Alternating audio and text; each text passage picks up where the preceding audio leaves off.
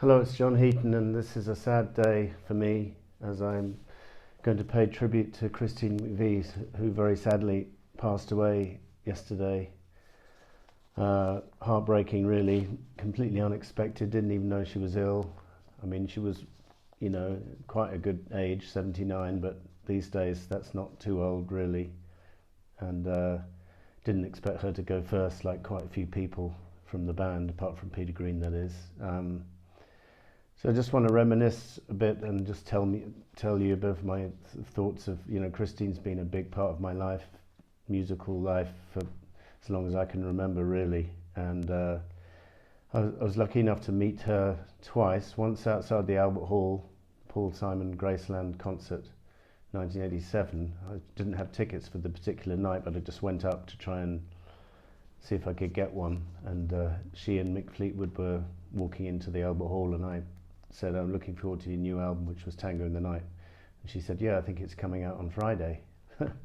So that was really nice. Then the following year, during the tour of the world, they stopped off in London, and I managed to, I can't remember how, but I managed to find out which hotel they were in Mayfair. So we went down there, and again I met Christine coming out of the building with her then husband, I think it was, and I went up to her and got her to sign this Tusk songbook. I don't know if you can make that out, but it says, "Thanks for the love, Christine McVie." And she was very nice, and I said, "I'm glad you're playing Brown Eyes on the set list."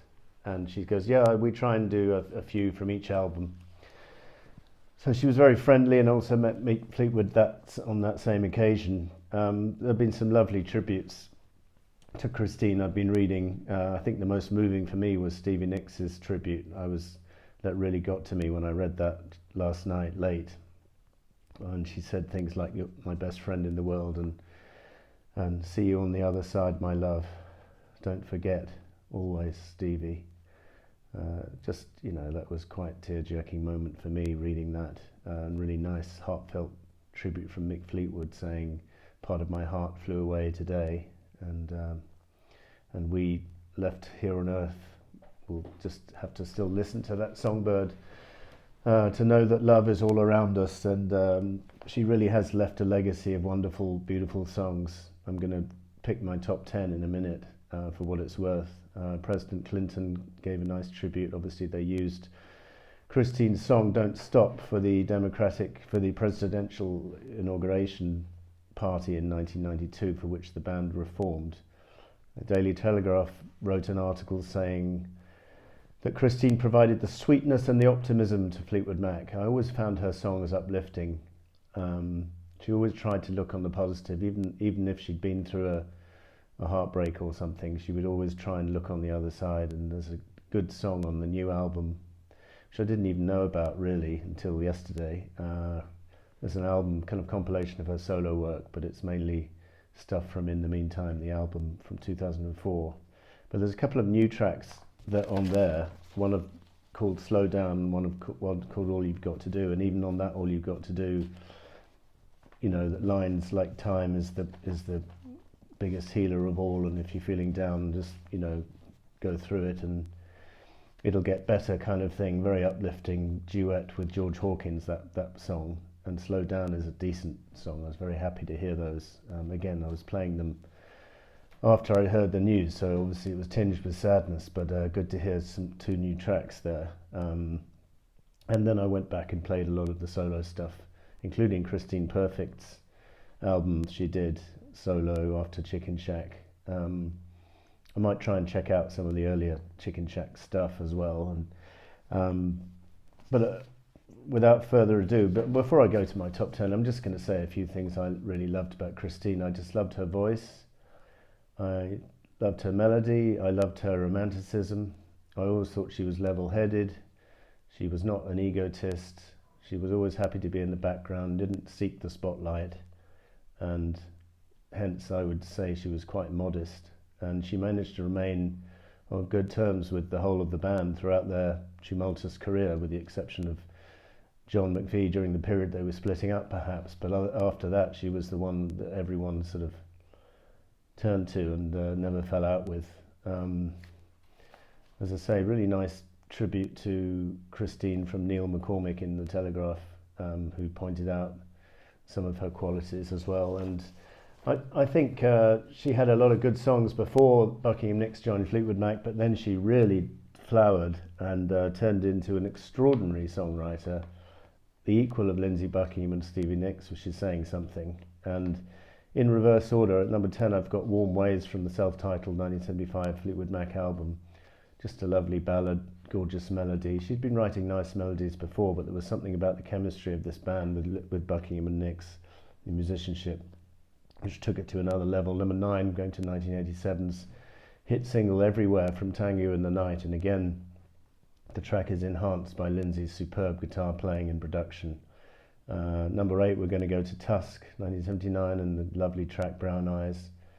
And I think I'm right in saying Peter Green plays guitar right at the end of that track, which is quite a good fun fact I learned from my friend Marcus recently. Number 7, we're going to go to Rumours, and the track she wrote for the guy she was having an affair with after her marriage split up, the lighting guy, forgotten his name, but the song calls You Make Loving Fun.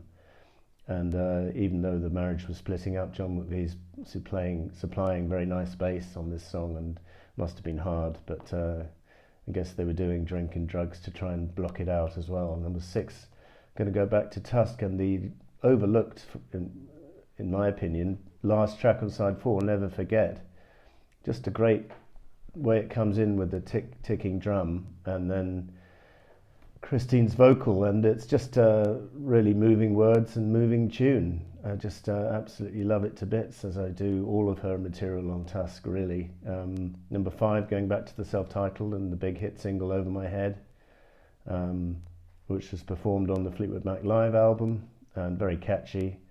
You know, Christine was just so good at writing these catchy melodies which stay in your head. Number 4, one of my all-time favourites from Tusk, track 3, side 1, Think About Me. For some reason didn't do too well as a single, should have done. I love the way Stevie, Lindsey and Christine sing in the chorus, and Christine was saying in a recent interview that when she first, I think she was laying down Say You Love Me on the self-titled album, and when she got to sing the chorus, she heard Lindsey and Stevie singing with her, she thought, is this me singing? This is amazing, the harmony that the three of them got together, and the same is true on Think About Me. Play that one loud, it's a great track. So number 3, this is probably her magnum opus, if one's being objective, Songbird from Rumours. Just beautiful, uplifting lyrics. And the songbird keeps singing like he knows the score, and I love you, like I love you, I love you like never before. And apparently this was written about her fellow band members, who must be playing this and welling up today, I guess. Whenever one heard this in concert, one was just totally moved by it. Normally accompanied maybe by Lindsey playing a bit of acoustic sort of strumming in the background, but mainly a solo piano track. And apparently the original was recorded in a big kind of empty theatre, at a grand piano with some champagne and some flowers on the top of it, to sort of enhance the atmosphere. It's just a song, a thing of beauty.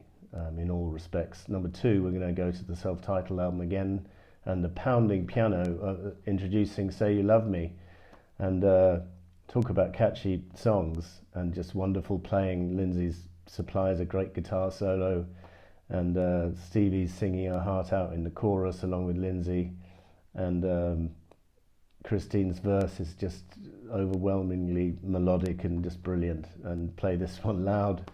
That could have been number 1, but number 1, I've gone back to Tusk and chosen the opener over and over, because it's so moving, and such a lilting melody, and I love the musicianship. I love Mick Fleetwood's drum fills, and the sort of ghostly backing vocals from Lindsey and Stevie, and just a tune to die for. So that was my top 10 Christine songs.